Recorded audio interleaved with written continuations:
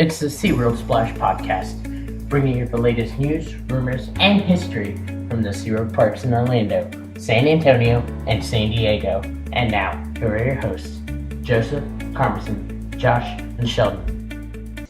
Well, Wild Days really gives us at SeaWorld the opportunity to share information that they might not normally get about, especially about species that aren't normally at SeaWorld. We're both out here in San Diego. I have two special interviews from Julie Scardina and Eric Davis from the unofficial SeaWorld podcast and his thoughts on Wild Days. So, let's put on those ponchos and get ready to be drenched. Alright, so we get started, Carmison will start us off with the sea lion rescues. Take it away. Okay guys, first on to serious news this past weekend. Well, we were in San Diego. SeaWorld was working around the clock to rescue more than 400 sea lions that were coming in every single day. This is called a mortality event, where an unknown cause is bringing a particular species in on an alarming rate, where animals are sick or dying or are not eating, and 400 sea lion pups kept coming in every single day at SeaWorld San Diego, and the rescue teams had their hands full trying to rescue them. The sea lion training staff from Sea Lion and Otter Stadium was actually closed the show when me and Josh Burgess were over there visiting Joseph, and to help the rescuers in their fight against the mortality event, forcing them to make a difficult decision to close the Sea Lion show for 2 weeks so far. Well, that's what's been going on lately, and it's pretty big. I mean, what do you guys think about that? Because that's a huge commitment that the trainers are making to help the rescuers. I definitely think it's a huge commitment, and it shows that that they don't only care about the animals at the park, they also care about the animals that are out there in the wild. Yeah, truly does show dedication. Yeah, it does. Very respectable, too. Yep. Also, in other news, when we were over there, I managed to catch up with some of my good SeaWorld trainer friends that I know, who work in the Blue Horizons show in SeaWorld San Diego, and we went and watched the show, and we went to go ask them some questions after the show. So we met up with them. Now, regarding this, a lot of you may have noticed that the doves at SeaWorld San Diego have been taken out of the show for unknown reasons, and a lot of people have been wondering about that. And honestly, I was kind of upset when they did that, because they had they had a huge amount of doves, and then all of a sudden they just disappeared. So I went and talked to some of the trainers I knew, and they told me that the doves were taken out, of course, just before Dolphin Island Christmas debuted last year, and they said the doves were very difficult and too much to handle for the aviculture team that trains and takes care of the birds in the stadium. But they said that they were very hard to handle, and that they were gonna let them, go out quietly through Dolphin Island Christmas. So, but they did trade out some of those doves for more macaws in the show, and they're starting to try and get more macaws flying in the air now, in the stadium. So I'm hoping SeaWorld San Diego's Blue Horizons will get a lot of birds flying in the air around the stadium for people to see, possibly out of the stage like the doves did, throughout different parts of the show. That would be amazing. So, that is what's been going on there. I think they should definitely have a lot of birds in the show, because originally when they started, they had a good number of birds. So I'm definitely rooting for more birds.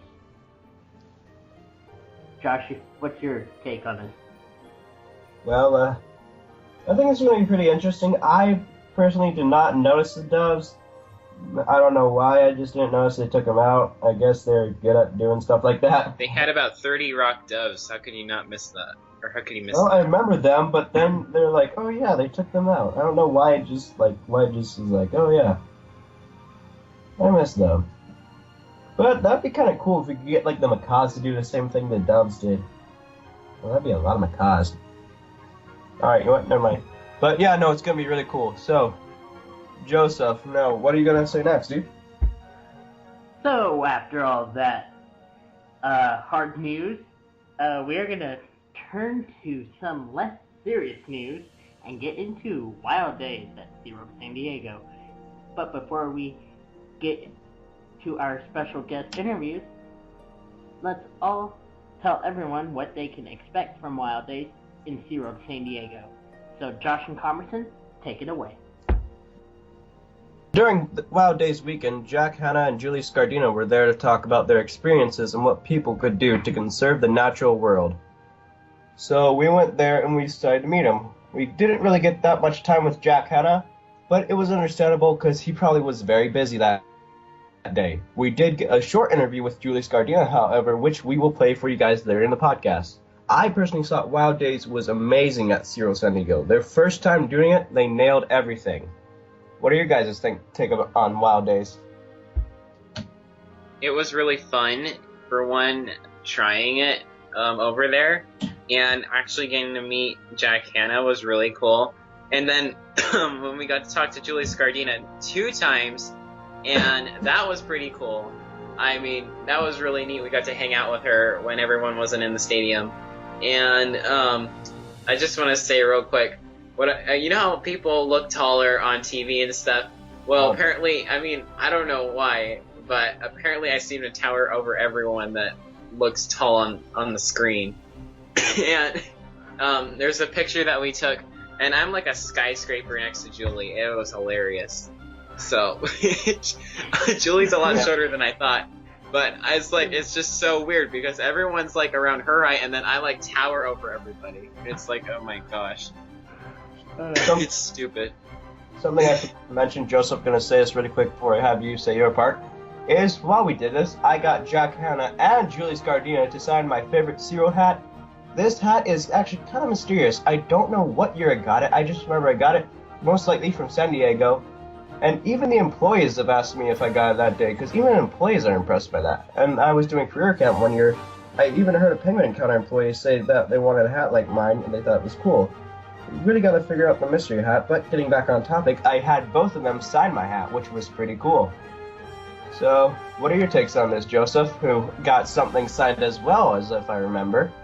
Yeah, I definitely love Wild Days. I think it's pretty cool having it out here in San Diego besides Orlando and San Antonio.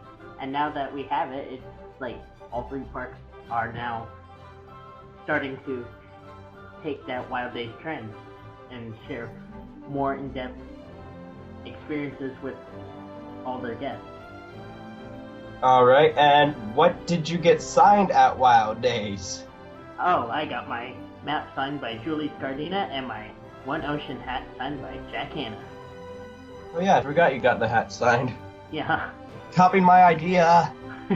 Not okay. I'll see you in court. Okay. I'm kidding. Alright. You were not guilty of all charges, and Josh, really? Okay. Anyways. Hugs. Okay. Hugs me, love. Alright, anyways, back on topic. Here is Josh's take with SeaWorld's new educational Shamu show. Take it away. So, something that, before we do it, if you guys want to check out the little presentation they showed during the show, they don't have the pre-show's slideshow, but they do have the show's slideshow. I am saying show a lot in this one sentence. This is a lot of shows. Oh, there it is again. Alright, so, yeah, no, if you go to SeaWorld San Diego's website, click park info, or, like, park hours and show times on, like, Wednesdays in March. Not Wednesdays, but weekends in March. Click the little map thing, and it will say that in shows it'll have killer whales up close, and it'll have a little thicket, and you'll be able to get a PDF presentation of what it was during the show, which is still pretty cool that SeaWorld is allowing us to have this experience. But anyways, so getting on topic, Killer Whales Up Close is the new educational Shamu show for Wild Days weekend at SeaWorld San Diego. And it's more personal and in-depth about information about the killer whales.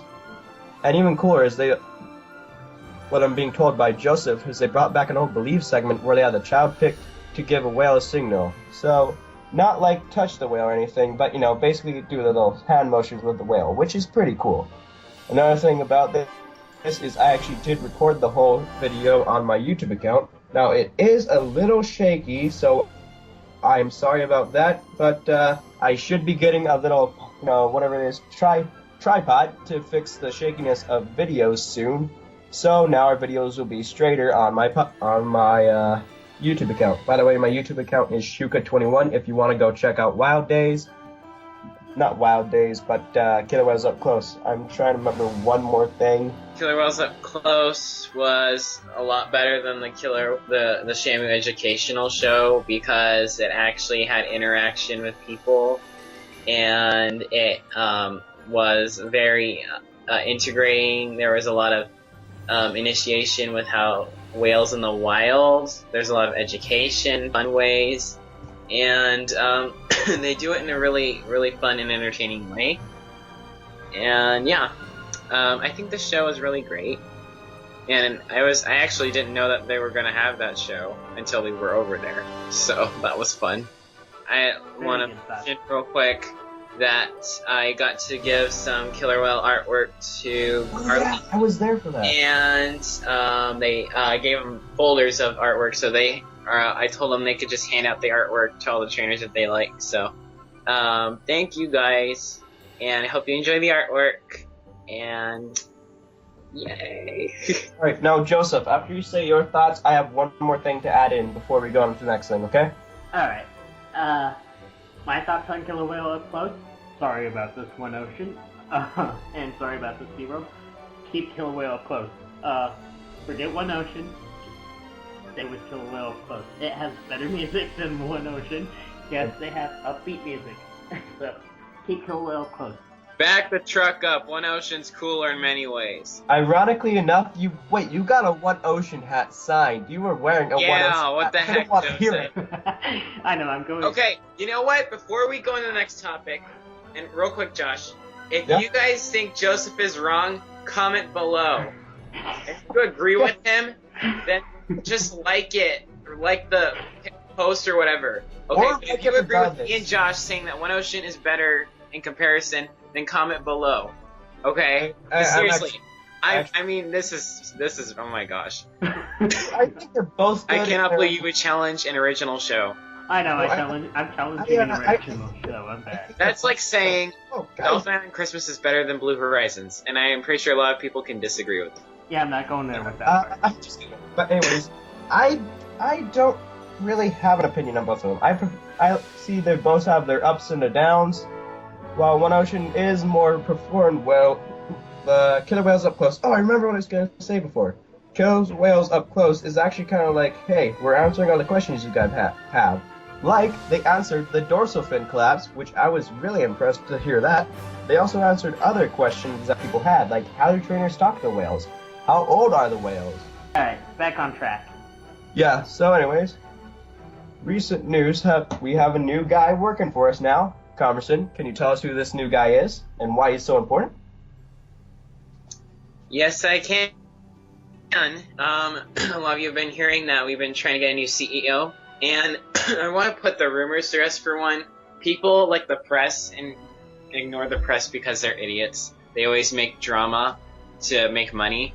They said that our previous CEO, Jim Atchison, quit because of Blackfish. That's not true. He resigned from the CEO position, and he went down as a chairman for international expansion. He still works for us. Okay?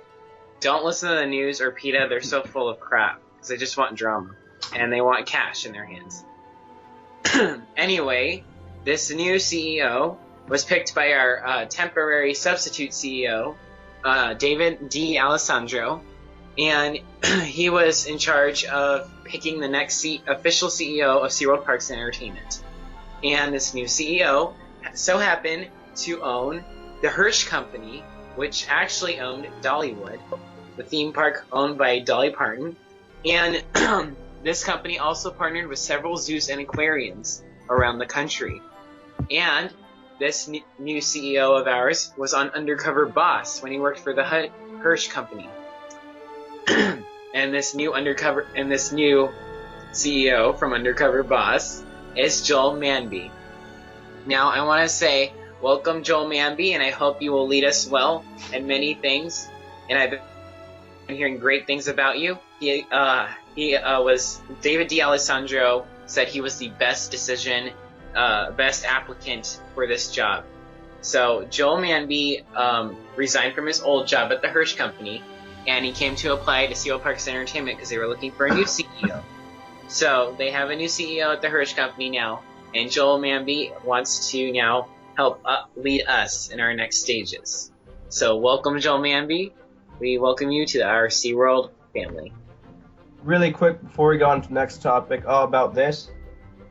People, if you've been looking on like the news lately, a lot or online, people like websites like the Dodo, which should have remained extinct, are saying, so apparently to be a CEO of SeaWorld, you don't have to have animal experience, which they think is bad, which is really dumb.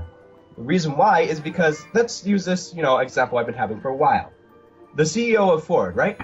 If you walked up to him and said, can you build me a car? Every piece, name it, and then build it for me. Would he be able to do it? No. That's because CEOs are only supposed to have, I guess, kind of a common knowledge, or at least that's what I think. And their main job is to make sure, okay, we need to have this in check, we gotta get the money here, move this here, we gotta make sure all the checks and balances are correct. He's there to make sure everything runs smoothly, and I'm actually really impressed because I've been checking SeaWorld stocks on my iPod for a while, and they've actually gone up to 20.10, I believe, billion. I don't know how stocks work, I just know it's 20.10, which is really good, because for a while they were in 16 and 17, and then all of a sudden they shot up to 18, 19, and 20, which shows for a fact that SeaWorld is not sinking, we are rising, and PETA, you are the people who are singing. Can I get an amen? Amen. Amen. Amen. Joy, joy, joy to the world. You say joy, joy to the world. Okay. I really wish wish you guys would have just said that on the cue. That was a little awkward.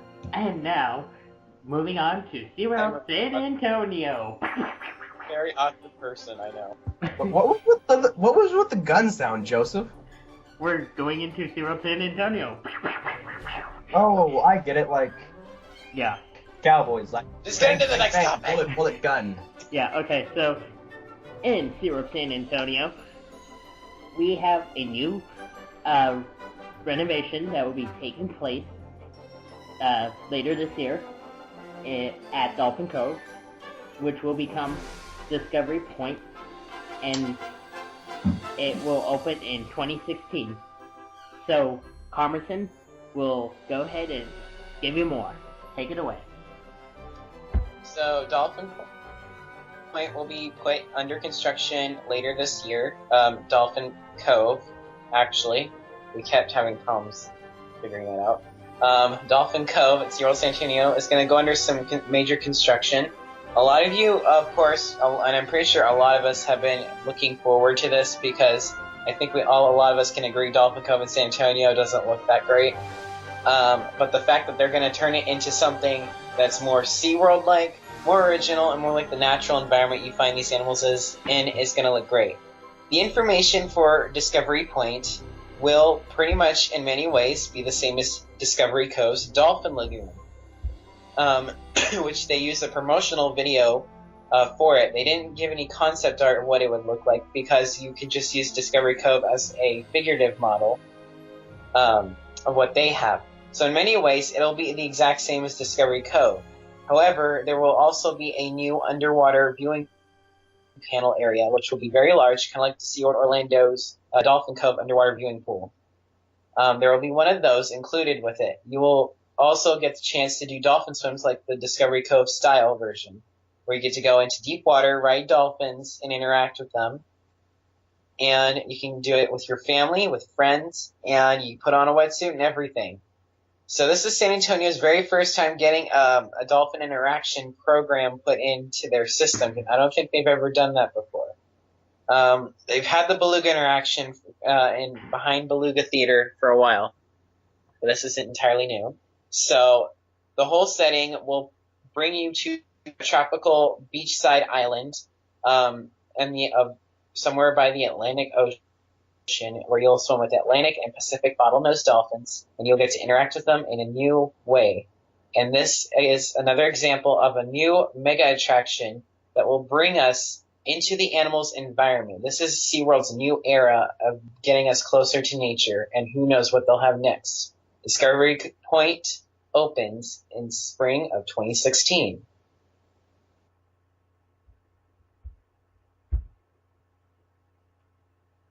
That actually sounds pretty cool. But, Joseph, let's clap for Commerson right now, because that was actually really cool. I'll be here all week. I'm actually very excited for this. Josh, what can you say for this? You were dolphin basketball.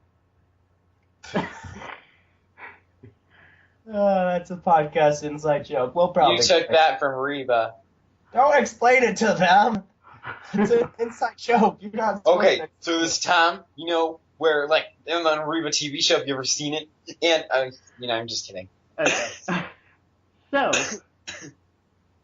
after that, we have some amazing interviews to get to from Julie Scardina, SeaWorld Busch Gardens Animal Ambassador, and we also have our interview with Eric Davis from the unofficial SeaWorld podcast. So, wait, Joseph. Before we do anything else, I want all the fans to remember, on Julie's interview, listen very closely for my question. It's groundbreaking. No other SeaWorld fan has thought of it, and I'm sure you'll all love the answer. And I hope you guys are recording this, because you're going to want us to listen to it over and over and over and over again. It's going to be awesome. Okay. Anyways, yes. So here we go with Julie's and Eric's interview. Take it away. So Eric, after seeing Wild Days, what did you think of it? Well, I thought it's pretty incredible. We've had Wild Days out in Orlando, and Aaron was able to experience Wild Days in San Antonio. And it's crazy because, there's things different at all the Wild Days, but yet it's all the same. There's things they're saying, which is about inspiring people to preserve and protect our natural world. So it's pretty cool. I thought it was pretty cool as well. Yeah, the great music, great interactions, great animal experiences, just great everything. Exactly. And they have a great Shamu show. Wouldn't you agree? Yeah, that cool, unique Shamu show. The killer whale up close is pretty dang cool. I was kind of jealous we didn't get that in Orlando. I know. I want that in Orlando. Orlando needs to come up with it now. So, hopefully for the next Wild Days, we'll get that in Orlando or whenever. I'll take it whenever. I don't want to wait for Wild Days. Exactly. Well, thank you, Eric. No, my pleasure. Always happy to talk to you, Joseph. I am here with Julie Scardina, SeaWorld Busch Gardens Animal Ambassador. How are you doing today, Julie? Awesome, and thanks for coming out to the Wild Days show. Thank you. And what do you think inspires guests the most about Wild Days? Well, Wild Days really gives us at SeaWorld the opportunity to share information that they might not normally get about, especially about species that aren't normally at SeaWorld. So as you saw in the show, we had cheetahs and a caracal, and we had a lemur, and sometimes the messages about conservation may may not have hit the mark because people who are used to coming all the time maybe just going, whoa, those animals are spectacular. And so by reinforcing those conservation messages that we all need to do our part in order to save not only the land animals but also the ocean animals, I think that helps kind of put the big picture together and let everybody realize that we all have a part to play. Exactly. And what do you think guests can take away from this? Well, hopefully they heard some of the things that people can do to really help, like not buying tropical hardwoods and making sure that seafood and wood and other products are certified, that they're sustainable, and that we're all doing our part to reduce, reuse, and recycle, which are really important aspects because in today's age, everything is throwaway. There's a lot of plastics out there, and by just scaling back a little bit, there's 7 billion of us on the planet, it can make a huge difference. Thank you, Julie. Thank you. That was a great interview. Thank you. What's your favorite killer whale? I can't answer that. They're all my children. Thank you for those amazing interviews, Eric and Julie. And we'll get more interviews as soon as we talk to public relations at SeaWorld. So, this is a great first step for us. So anyways, guys, last minute things before we end. SeaWorld San Diego is going to have Magic Weekends, which is new. It's going to be weekends in April on the 11th through the 26th. And there also Wild Days will be at San Diego until the end of the month, so make sure you go check out Generation Nature Live. Mindy Irwin will not be making an appearance, but this is the first time Gen Nature has actually been able to go to San Diego, so might as well show up. Joseph? Yes. And in May, SeaWorld will have 7 Seas Food Festival weekend starting on May 2nd and going through the 24th. Yep. And also in May, you can make a splash at Aquatica, which is 15 minutes away from SeaWorld, and it will open on May 23rd, the same day as summer night starts. So you can start your day by making a splash and then light up the night at Shamu Stadium. I wrote that. So anyways, ever had brunch next to a killer whale? Well, now's your chance with Easter Brunch with Shamu. Probably gonna be your last chance to dine by a killer whale, as Blue World will be removing Dine with Shamu. And I don't know how Easter is going to be at SeaWorld, so you could have a fun time at Easter at SeaWorld and remember the true meaning of Easter. And also, SeaWorld held their 4th annual Pull Fun Run this year. All proceeds from that run go directly to Hub SeaWorld Research Institute, conservation and rescue and research efforts. I cannot talk right now. I almost said reservation effort. Oh, that would have been terrible. That would have been terrible. Anyways, this event usually brings attention to the incredible work they do and SeaWorld does to help the animals in need and endangered species from the North to the South Pole. One more thing before we say happy birthday to SeaWorld, because I know we're kind of late, but we didn't get this up at the time of recording, so that SeaWorld has launched a new campaign called AskSeaWorld.com, or actually it's ask.seaworldcares.com, where basically they're pretty much just going to be answering all the questions you have for them. Like I've already been on. Questions were like, do you give medication to the killer whales? What about Takara and oh my goodness, I can't remember the other whale. Joseph, who was the whales that Blackfish that's got separated? They said Takara and Kusaka. Yes, you can watch that video. You can watch their explanation. They do not do that. Where in fact what they actually did was Takara was actually an adult at this time, and she was being moved with her calf, who you were shown to be believed Takara as a young baby, which is false. But SeaWorld has the answer on ask.seaworldcares.com. So go check it out after you're done listening to this podcast. And if you have any questions, just find a way to ask them there. I've already seen some cool stuff on that website, and I'm really glad they're making it. I'll have to check that website out. Yep, I already did. So, and I gotta check out more. So anyways, Joseph, remember on 3. 1, 2, 3. Happy 51st birthday, SeaWorld. Happy Hi. 51st birthday. Joseph, you gotta learn timing. Oh my goodness. Yes, I know. This is the same thing that happened during the Christmas episode. Every time Don't I say would finish, anything. Don't say you anything. said you would do the ding after I got done, like a second I after did. I got Let's get done. back on schedule, guys, before I'll be at your front doorstep. Oh boy. Okay. So, Joseph, any statements? And as always, we thank you for listening. If you have any questions, comments, and or suggestions for topics, or want to share your SeaWorld stories, you can call or text our number 407-900-5309. Also, we'd love to have you share any updates or info, or even drop by and say hello.